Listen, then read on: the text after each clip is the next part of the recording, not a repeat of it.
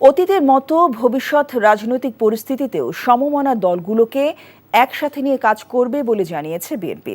সমমনাদের সাথে বৈঠক শেষে কথা জানান দলের স্থায়ী কমিটির সদস্য নজরুল ইসলাম খান। অন্যদিকে সমমনা দলের নেতারা বলেছেন, উদ্ভূত পরিস্থিতি মোকাবেলায় ঐক্যের প্রয়োজনীয়তা ফুরিয়ে যায়নি। হাসান মাহমুদের রিপোর্ট।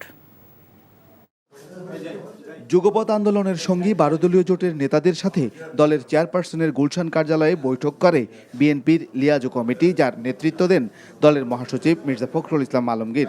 এরপর তারা বৈঠক করে সমমনা জোট ও লেবার পার্টির নেতাদের সঙ্গে। দেশের বিদ্যমান রাজনৈতিক অবস্থা নিয়ে সমমনা দলগুলোর সাথে আলোচনা হয়েছে। পরে সংবাদ সম্মেলনে জানানো হয়, আগামী নির্বাচন ও পঞ্চদশ সংশোধনী রায়ের পর তত্ত্বাবধায়ক সরকার ব্যবস্থা ফিরে আসায় সরকারের ভাবনা বোঝার চেষ্টা করবে তারা। দীর্ঘদিন যাবৎ আমরা ঐক্যবদ্ধভাবে কাজ করেছি এবং যুগপৎ আন্দোলনে আমরা রত ছিলাম। এই সরকারের এই ফ্যাসিবাদের পতনের লড়াইয়ে অত্যন্ত সাহসী এবং কার্যকর ভূমিকা পালন করেছে 12 দলীয় জোট। দীর্ঘদিন যাবৎ যে আন্দোলন করে এসেছে, আমাদের সেই আন্দোলনের এবং সেই ঐক্যের প্রয়োজনীয়তা ফুরিয়ে যায় নাই। আর উদ্ভূত রাজনৈতিক পরিস্থিতিতে আগামীতেও থাকবে একসঙ্গেই। এদিকে জাতীয় প্রেস ক্লাবের সামনে সকল রাজবন্দীর নিঃশর্ত মুক্তির দাবিতে গণতান্ত্রিক পরিষদ আয়োজিত বিক্ষোভ সমাবেশে বিএনপি নেতারা অবিলম্বে তাদের নেতাদের সব মামলা প্রত্যাহারের দাবি জানান। আমাদের নামে যে অজস্র মিথ্যা মামলা, অজস্র রাজনৈতিক প্রতিহিংসার মামলা, সেই মামলাগুলোকে তুলে নেওয়ার জন্য আপনারা এখন দাবার কোর্টের মতো দাবার গুটি সাজিয়েছেন।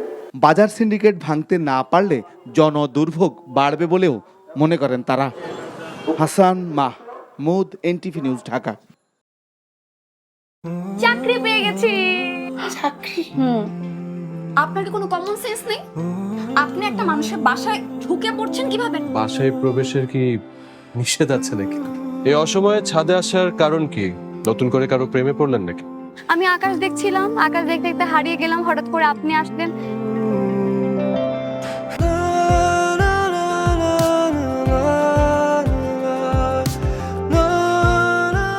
তুমি এখানে কেন? আমার অনুমতি নিয়ে এখানে আসা উচিত ছিল তোমার। মা, এই ছবিটা কার?